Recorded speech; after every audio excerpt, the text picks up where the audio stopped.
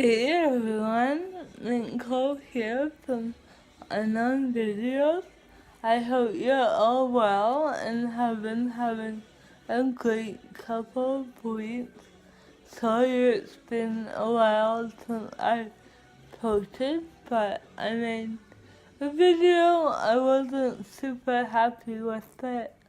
And when I tried to edit / save it so I could upload it, my computer screen went jet black and I thought I lost everything on my laptop. Luckily I didn't, but I took it as a sign that I wasn't meant to post that video, and I didn't.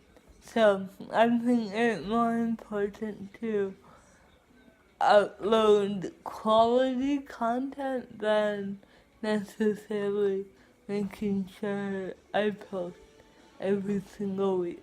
So I hope you'll forgive me, and hopefully you'll enjoy this video just as much.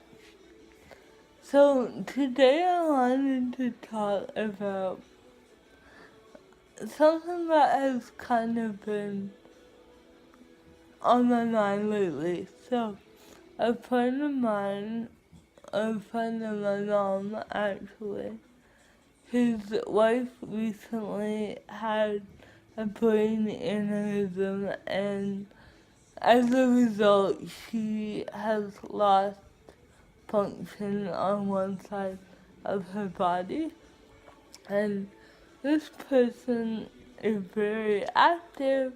She's like very outgoing. She was a top person at her job. She loved gardening, being outdoors, exercising. So this is a big loss for her because she has to learn how to adapt her lifestyle to her new abilities. And I can't imagine personally how challenging that might be, because I was born with my disability and I kind of just learned to adapt and deal with it as I went through life. So it hasn't impacted me emotionally as much as I think it does if it's acquired later in life, because I don't know any different. At the same time, I think this person is being affected even more than necessary. So my mom has been telling me stories, and I've been very tempted to go pay a visit to them, to tell them that just because someone has a disability doesn't mean their life is over. So, for example, this person loves going to Boots and Hearts, which is a big country music festival in the area every year. Apparently you can go camping and it's a lot of fun. I don't know much about it because I don't really like country music, but I know my friend Chloe has gone and has had a great time. And this person and her husband and their friends go every single year. And this year she was told they couldn't go because it is no place for someone in a wheelchair. Okay? My friend Chloe uses a wheelchair. They went camping in a tent in the mud and rain, and she's still alive and from what I heard has a great time. So, false. So that was the first thing. Secondly, on the person's bucket list is to go to Nashville. And her friends went, and they came back, and again they were like, "Oh, hon, Nashville is no place for someone in a wheelchair. It's not accessible at all." And I've never been to Nashville, so I don't know if Nashville is good accessibility-wise or not. However, I know that I've been to Columbus, Georgia, which is a very small town and very inaccessible. And with the help of my friends, I was able to have a great time, attend protests, go to pubs, go to conferences, and just like do everything like my friends were doing, just with their support. And the person, the wife of my friend, she can still walk with support. She only weighs like 100 pounds soaking wet. So you can't tell me if they went with another person that they couldn't lift her up some steps. And I can almost guarantee people in the area would also help as well, because I've been helped by random people millions of times. I went to a music festival in Toronto in Downsview Park in the pouring rain, and these four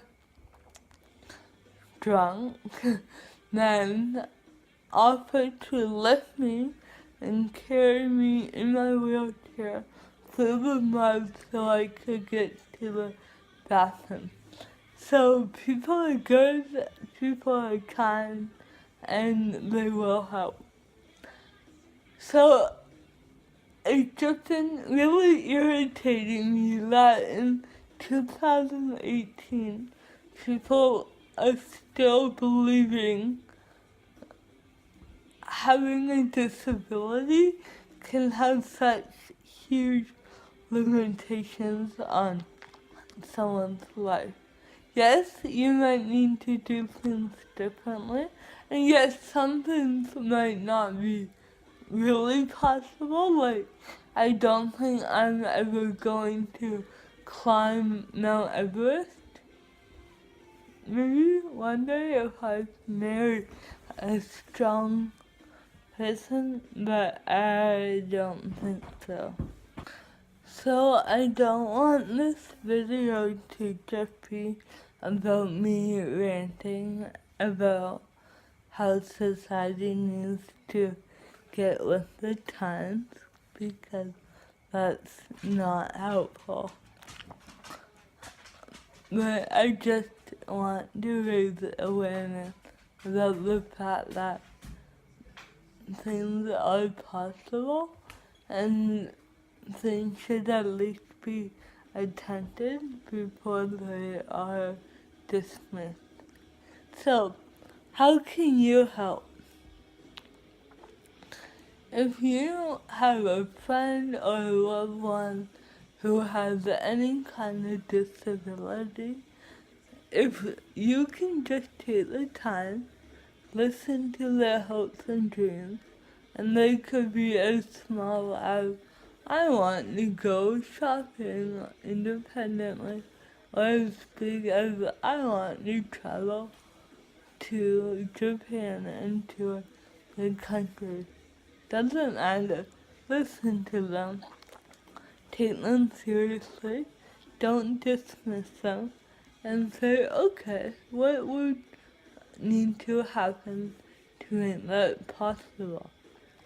Make a list of all those things and then go through that list, see what things are feasible on that list, figure out if you need to do like fundraising or find equipment or get people power, whatever, and whatever things are not feasible, then is the time to be realistic about that, and then work with that person to make that dream happen. And if the big dream can't happen right away, maybe talk about what's important about this to you, and then you can incorporate elements of that into something else. So for me, I've really wanted to go to a developing country to understand culture and offer support there. But at this point in time, traveling to a country that likely is not extremely accessible is not realistic. So I attend protests with my friends in cities around where I am that all include some travel sometimes, but it's manageable with their support and allows me to have an impact on helping those in other countries that might need it. So that would be my recommendation to you. If you have other thoughts or ideas, I would love to hear them. So please make a comment below and I will definitely read and respond to them all. And if you like this video, hit the thumbs up and subscribe. That would be great. And I will hopefully see you next week with another video about who knows what. Thanks guys and gals and gender neutral humans. I appreciate you watching and I always appreciate your support. So until next time, take good care of yourselves and each other.